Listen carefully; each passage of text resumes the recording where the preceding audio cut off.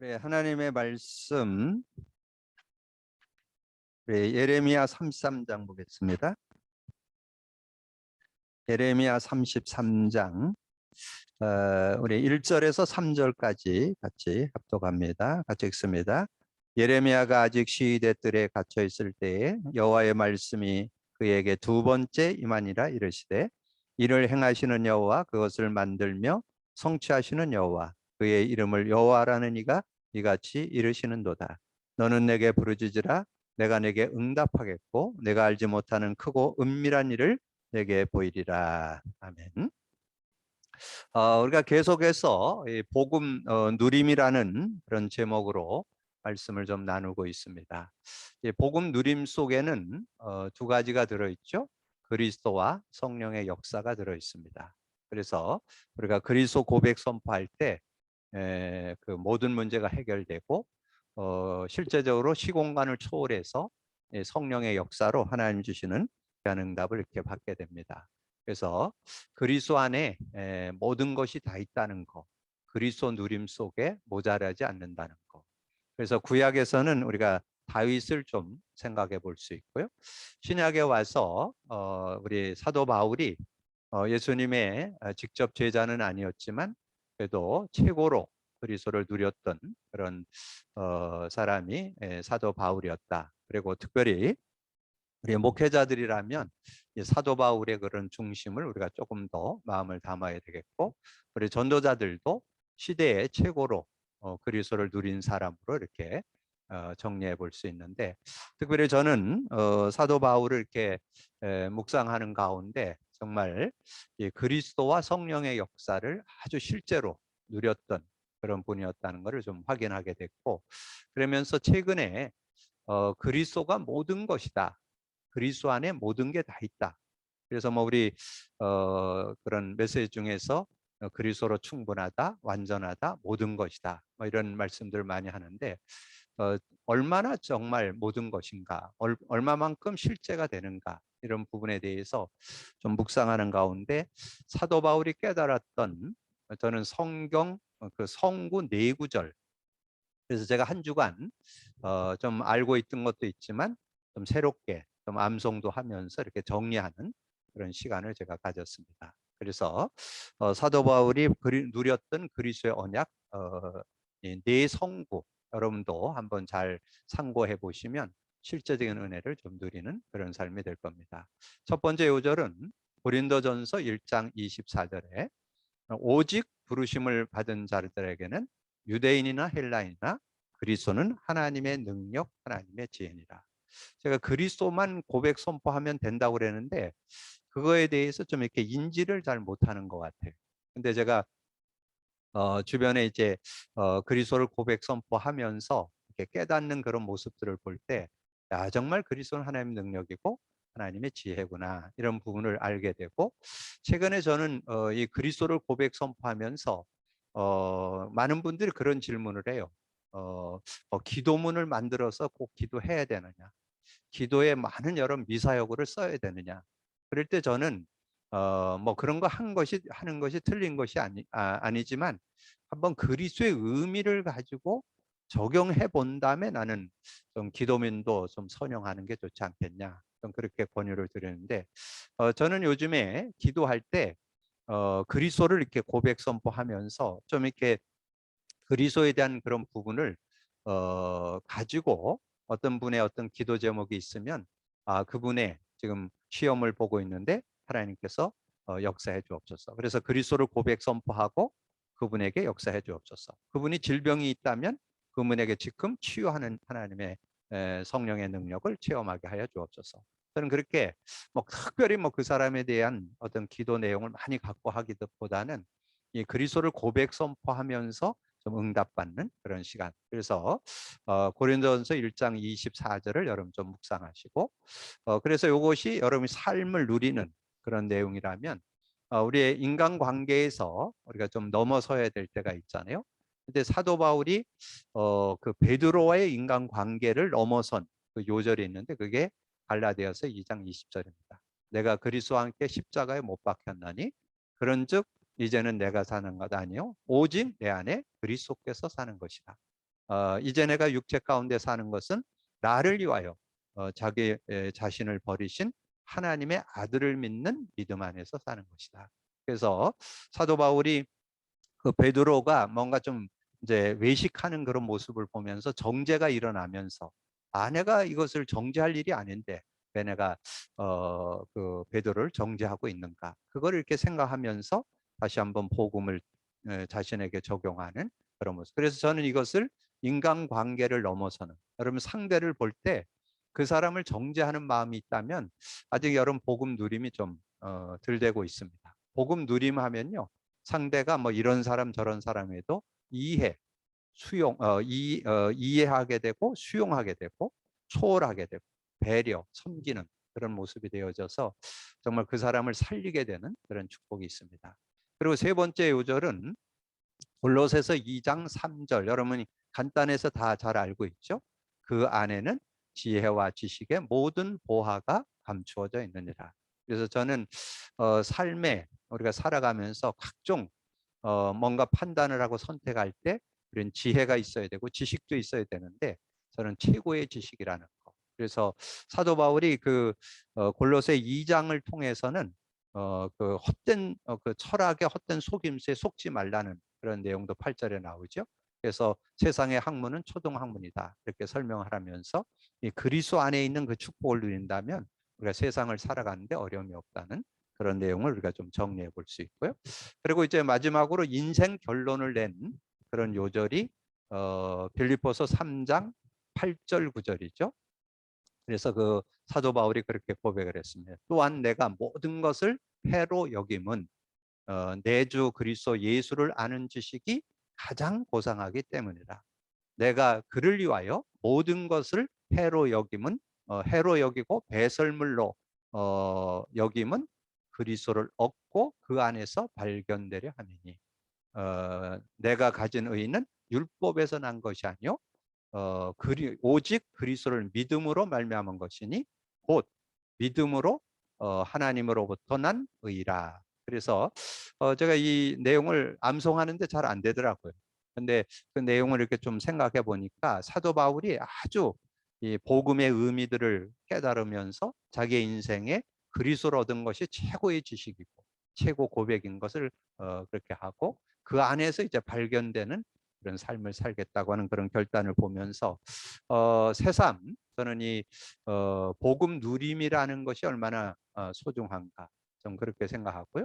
오늘 여러분 핵심 메시지에서 그런 말씀이 좀 있었어요. 핵심 메시지 렘넌트 메시지였잖아요. 오늘 메시지를 하시면서 정말 이 복음 누림이 없으면서 성경을 많이 읽는 거 그렇게 별 유익이 없다. 그래서 복음 누림 속에서 성경을 읽어야 된다, 그런 말씀을 좀 하셨는데 저도 거기에 공감합니다. 여러분 복음 누림을 가지면서 성경을 봐야 이 성경이 바르게 보이고, 그리고 또 저는 요즘에 계속해서 요즘 나오는 메시지가 거의 좀 이제까지 나왔던 걸 계속 자꾸 반복해서 이렇게 정리해주는 그런 내용이잖아요. 그런 내용들, 특별히 여러분 지난주 산업선교 메시지에 보면 이제까지 나왔던 21가지, 10가지, 9가지 비밀, 9가지 10가지 비밀, 10가지 발판, 9 세팅, 뭐 여러 가지 이런 얘기들을 하면서 이런 것들이 다 어디에서 흘러나오냐? 복음 누림에서 흘러나온다는 거, 그럼 기억하시면서, 그래서 여러분이 이 시대에 참 복음의 축복 속에 들어가고 성경이 열리고 시대에 쏟아져 나오는 메시지를 여러분 바르게 이해하고 흐름을 제대로 타려면 저는 전제 조건이 복음 누림 속에 있어야 된다, 저는 그렇게 말씀드리고 싶습니다. 여러분의 그런 언약 잡고 인도받는 여러분 되어주시고, 자 오늘은 기도는 영적인 과학이다. 자, 기도는 영적 과학이라는 그런 내용은 영적인 과학이라는 것은 틀림없다는 거죠. 어떤 가설을 가지고 검증해서 확증된 내용을 과학이라고 그러잖아요. 그래서 영적 과학이다. 영적. 그래서 기도하면 반드시 일어나는 일, 반드시 일어나는 일이 있다는 거. 그래서 오늘 그 예레미야 서를 저는 지난달에 우리 교회에서 띄웠는데 지난달 떴죠. 예레미야를 띄고 예레미야가 하고 지금 에스겔 들어왔는데, 우리 예레미야의 그 예레미야서에서 가장 중요한 요절이라고 한다면 예레미야 33장 1절에서 3절입니다. 그래서 특별히 여러분이 기도할 때 어떤 본인의 어떤 기도 제목을 가지고 기도하는 것도 좋지만 이 말씀을 붙잡고 기도한다. 그런 내용으로 좀 정리해 본다면 이 예레미야에게 말씀이 하나님 여호와의 말씀이 두 번째 임하고 그리고 그 일을 행하는 여호와 그것을 만들며 성취하는 여호와 그의 이름을 여호와라는 이가 이같이 이르시는도다. 너는 내게 부르짖으라 내가 내게 응답하겠고 내가 알지 못하는 크고 은밀한 일을 내게 보이리라. 그러면 기도하면 반드시 응답 아님 해답이 있다는 얘기죠. 그래서 저는 그 요절로 여러분에게 요한복음 14장 26절을 드리고 싶어요. 우선 제목에서 먼저 답을 갖고 간다면 요한복음 14장 26절에 보면 우리가 기도하면 반드시 일어나는 성령의 역사가 있거든요. 근데 성령이 역사할 때 성령은 인격체이시잖아요. 하나님이시기 때문에 하나님이 인격으로 여러분과 함께 하시면서 모든 거 가르쳐주고 그다음에 내가 내게 말한 모든 것을 생각나게 하신다. 가르쳐 주신다는 거죠. 그래서 말씀을 가지고 이렇게 여러분을 지도해 가신다는 그런 의미로 여러분 인도 받으시면 부족함이 없는 그런 모습이고 오늘 메시지 들어가기 전에 서론에서 여러분 꼭 기억할 거는 이 기도 그럴 때 여러분 뭐가 담나 있어야 되냐면 예수 그리스도 이름 예수 그리스도 이름만 부르면 된다는 것부터 답을 내고 있어요. 그래서 제가 현장에서 이렇게 새신자들 만나서 복음을 전하고 기도를 가르쳐 줄 때 보통 이렇게 새신자들이 많이 물어봐요. 기도를 어떻게 해야 되는지. 예, 그런 걸 물어보는데 그래서 뭐 우리가 초창기에는 뭐 이게 기도문도 써주고 뭐 이렇게 해서 했는데 저는 요즘에 기도문 써주지 않고 그냥 그 예수 그리스도 그 신앙 고백 그거를 암송하고 고백하도록. 근데 저는 그게 최고의 최적의 기도, 최선의 기도, 최고의 기도라고 기도 내용이라고 저는 확신합니다. 그래서 그걸 우선 맛보게 하고 뭔가 이렇게 좀 해야 된다는. 그래서 저는 처음에 지도해 줄 때 이 예수 그리스도 이름 할 때 우리에게 바로 준 요절이 있죠. 마태복음 16장 19절이잖아요. 천국 열쇠가 바로 예수 그리스도 이름입니다. 예수 그리스도 이름. 그래서 천국 열쇠를 사용만 하면 어떤 문제든지 해결받는. 그래서 예수 그리스도를 진짜 믿고 있는 사람이라면 그리스도만 고백 선포하면 어떤 문제든지 해결받는 그런 축복 속에 들어갈 수 있다는 거죠. 그래서 요한복음 14장 14절 내 이름으로 무엇을 구하든지 내가 행하리라. 그래서 그 이름만 부르면 된다는 거. 그래서 거기 13절도 제가 이렇게 좀 가능하면 좀 새신자 같은 경우는 좀 이렇게 가르쳐 주는 게 좋다 그랬죠. 내 이름으로 무엇을 구하든지 내가 행하리라. 이는 아버지로 하여금 아들로 말미암아 영광을 받게 하기를. 왜냐하면 하나님이 주신 구원의 이름 예수, 승리의 이름 예수, 기도응답의 이름 예수. 그 이름을 부르기만 하면 그 이름만 부르면 응답받는다는 그런 축복이죠. 그리고 마가복음 16장 17절 18절 믿는 자에게 이런 표적이 따르리니 믿는 자에게 이런 표적이 따르는데 내 이름으로 귀신도 쫓아내고 새 방언을 말하며 그 영적 부분 하나님 나라 임한다는 얘기죠. 하나님의 천국이 임하는 그런 역사가 있고 뱀을 집어올리며 무슨 독을 마실지라도 여러분 뭔가 삶을 살아가다 보면 뭐 이런저런 거에 그냥 말 한마디에 그냥 상처받고 넘어지고 그러잖아요. 그래서 무슨 독을 마실지라는 것은 어떤 말을 들어도 어떤 얘기를 들어도 거기에 이렇게 동요되지 않고 여러분 당당하게 살아갈 수 있는. 그리고 병든 자에게 손을 얹은 즉 나으리라. 그래서 그런 응답을 받는. 그래서 우리가 예수 그리스도 이름만 부르면 우리는 어떤 문제든지 해결될 수 있다. 이거부터 우리가 말씀을 나누고요. 그러면서 이제 오늘 본문 내용을 좀 보면 기도에 대한 약속. 그래서 마태복음 21장 마태복음 21장 그 내용에 보면 그렇게 말씀했어요. 21장 21절 22절에 예수께서 대답하여 이르시되 내가 진실로 너에게 이르노니 만일 너희가 믿음이 있고 의심치 않으면 이 무화과 나무에게 된 이런 이런 일만 할 뿐 아니라 이 산더러 들려 바다에 던지라 하여도 될 것이야. 너희가 구할 때 무엇인지 믿고 구한 것 자, 믿고 구하면 된다 그랬는데 그럼 뭘 믿습니까? 뭘 믿습니까? 믿습니다. 그게 아니고 저는 그리스도 믿는 믿음. 그래서 여러분 그리스도를 고백 선포하는 이유는 그냥 알고만 있지 말고 그리스도 실제 누리라고. 그래서 그리스도의 그 의미를 실제 생활 속에, 삶 속에, 일 속에, 문제 속에, 질병 속에 확인하는 그런 축복이 있으면 좋겠고요. 그리고 누가복음 11장 13절은 기도하는 자에게 성령을 선물로 주지 않겠냐. 누가복음 18장 7절 8절은 이게 악한 자라도 좋은 것을 줄 줄 알거든 하물며 구하는 자에게 하나님은 모든 것을 주지 않겠냐 이런 내용이고요. 그다음에 요한복음 14장 13, 14절 좀 전에 말씀드렸잖아요. 내 이름으로 무엇을 구하든지 내가 행하리라. 15장 7절 너희가 내 안에 내 말이 너희 안에 있으면 무엇이든지 원하는 대로 구하라 그리하면 이르리라. 그래서 저는 기도 중에 최고의 기도는 말씀을 가지고 기도하는 것이 가장 소중한. 그래서 예수 이름으로 기도하고 예수 이름의 응답을 받는 사람들은 이제 말씀을 잡고 기도하는 그런 모습이 될 때. 15장 16절은 너희가 날 택한 것이 아니고 내가 널 택해서 세웠으니 너희는 가서 과실을 맡게 하고 모든 열매가 항상 있게 하여 내 이름으로 아버지께 무엇을 구하든지 다 받게 하려. 자, 그리고 결론은 그거죠. 요한복음 16장 23절 24절의 핵심은 그거예요. 지금까지 너희가 내 이름으로 구하지 않았으나 구하라 그러면 받으리니 너희 기쁨이 충만하라. 그래서 여기에 받는다 할 때 성령 받는다는 그런 의미가 들어있어요. 여기 성령 받는다. 자, 그래서 기도에 대한 어떤 그런 내용들에서 저는 주님의 약속 중에 우리에게 주신 이 그리스도에 대한 부분을 실제로 알고 믿는 그 믿음만 있다면 조금 더 모자라지 않은 그런 축복이 있다. 자, 그러면 기도는 영적인 과학이다. 기도하면 일어나는 반드시 일어나는 일이 있다. 그래서 과학이라고 이렇게 표현을 했잖아요.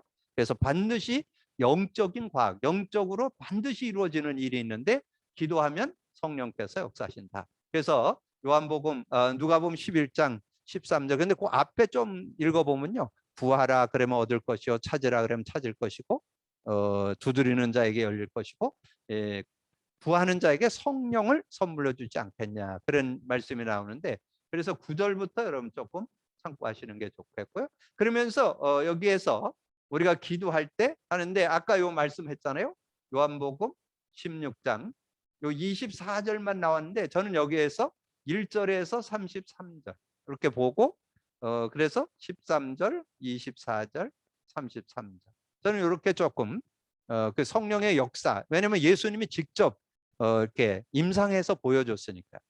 내가 실상을 말한다. 그 7절에 나와요. 내가 실상을 말한다. 내가 가면 보혜사 성령이 와서 죄에 대하여, 의에 대하여, 심판에 대해서 책망할 거다. 그러면서 13절에 진리의 성령이 오시면 진리 가운데 인도하고 장래일도 알게 하고 그리고 지금까지 너희가 내 이름을 구하지 않았으나 구하라 그러면 받으리니 너희 기쁨이 충만해라. 그 다음에 33절에 이 33절이 아주 소중합니다. 왜 그러냐면 여러분이 예수 믿을 때 요한복음 14장 27절에 보면 내가 너에게 평안을 끼치노니 내가 주는 평안은 세상이 주는 것과 다르다. 너는 마음에 금신도 말고 두려워하지 말라는데 예수 믿을 때 평안 없거든요. 근데 그 평안이 누려지는 게 기도입니다. 평안이 누려지는데 언제? 성령이 역사할 때. 그래서 기도할 때 성령이 역사할 때 평안이 이것을 너에게 이루는 것은 너희로 내 안에서 평안을 누리게 하려 함이라. 너희가 세상에서 환난을 당하나 담대하라 내가 세상을 이겼노라. 그래서 이제 이 성령의 역사를 사도행전을 통해서 실제로 보여줬죠. 그래서 1장 14절에 그리스도 언약 잡고 기도했더니 2장 1절에 4절에 거기에 모였던 120명의 성도들이 다 각각 성령이 충만하여 자기들의 언어로 말하기를 시작하니라. 자, 그렇게 말씀했죠. 그리고 4장 29절에 31절 많은 환난을 당하는데 자기들의 위협함을 하감하옵시고 하나님께서 성령으로 역사해서 담대히 말씀을 전해달라고 하니까 빌기를 다함에 그들이 성령이 충만하여 성령 충만을 받고 사도 바울은 금식하면서 성령의 인도받는 그런 모습. 사도행전 16장 6절에서 13절은 이제 사도 바울이 성령의 인도받는 가운데 빌립보 마가돈의 첫성 빌립보성에 들어가서 하나님의 말씀을 전하는 그런. 그래서 기도하면 성령께서 역사하신다는 거. 기도하면 주의 천사가 활동한다는 거. 그래서 히브리서 1장 14절은 믿음의 후사들에게 하나님께서 천사를 보내신다 그랬고, 마태복음 18장 10절에 보면 작은 자, 우리가 예수 믿는 누구든지 소자 하나가 소자에게도 천사가 이렇게 따라다닌다 이렇게 말씀해 주시고, 사도행전 12장 1절에서 10절 내용에 보면 특별히 이 베드로가 감옥에 가서 감옥에 갇혔는데 쿨쿨 잠이 들었죠. 그러니까 성도들이 5절에 보면 성도들이 모여서 함께 기도를 하니까 천사가 나와서 베드로를 옥에서 깨워가지고 내보내는 그런 장면이 나오고요. 사도행전 27장 바울이 이제 배가 큰 풍랑을 맞아서 파손되어지는 그런 어려움이 있어서 배가 완전히 파손되는 그런 어려움이 있을 때 배 밑에 들어가서 기도하니까 주의 천사가 나와가지고 이 안에 있는 사람은 생명은 해함이 없을 거예요. 너는 가이사 앞에 서게 될 것이다. 그런 내용을 말씀했던. 그래서 구약에도 그렇고 신약에도. 그래서 구약에 여러분 잘 아는 열왕기하 19장 35절에 보면 천사 하나가 나와서 아수르인데 18만 5천을 꺾는 그런 장면도 나오고, 신약에서도 많은 이 천사 활동들을 설명해 주죠. 그리고 기도하면 우리의 불신앙이 무너지는, 그래서 우리가 염려하고 걱정했던 그런 마음이 7절에 보면 마음과 생각을 그리스도 예수 안에서 마음과 생각을 지키신다고 그렇게 했고, 그다음에 누가복음 18장 1절에서 여기 이제 우리가 기도할 때 하나님께서 그 과부의 원한을 들어주시 우리의 구하는 것을 하나님께서 응답해 준다. 그리고 기도할 때 하나님 나라가 임해서, 그래서 여기 불신앙이 무너진다는 것은 이 방해받던 흑암의 권세가 꺾인다는 그런 의미를 담고 있죠. 그래서 우리가 기도할 때 흑암이 꺾이고 하나님 나라가 임하는 그런 모습. 그래서 기도하면 해답이 나타나는데 해답만 아니고 응답. 그래서 응답 아니면 해답. 그래서 오늘 읽은 내용을 했잖아요. 너는 내게 부르짖으라 내가 내게 응답하겠고 크고 비밀한 일을 내게 보. 그건 그 해답을 얘기하는 응답. 여러분 구하는 대로 그대로 받는 걸 응답.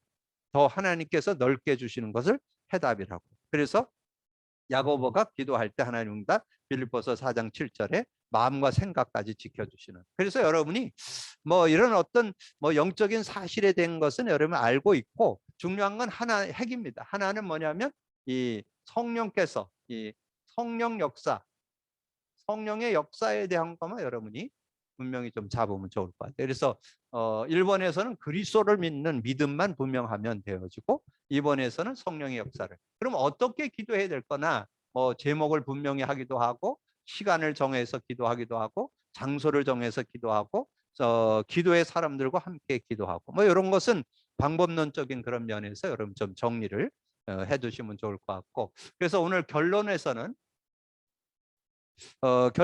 여러분 꼭 기억할 것은 우리가 기도하면 반드시 성령의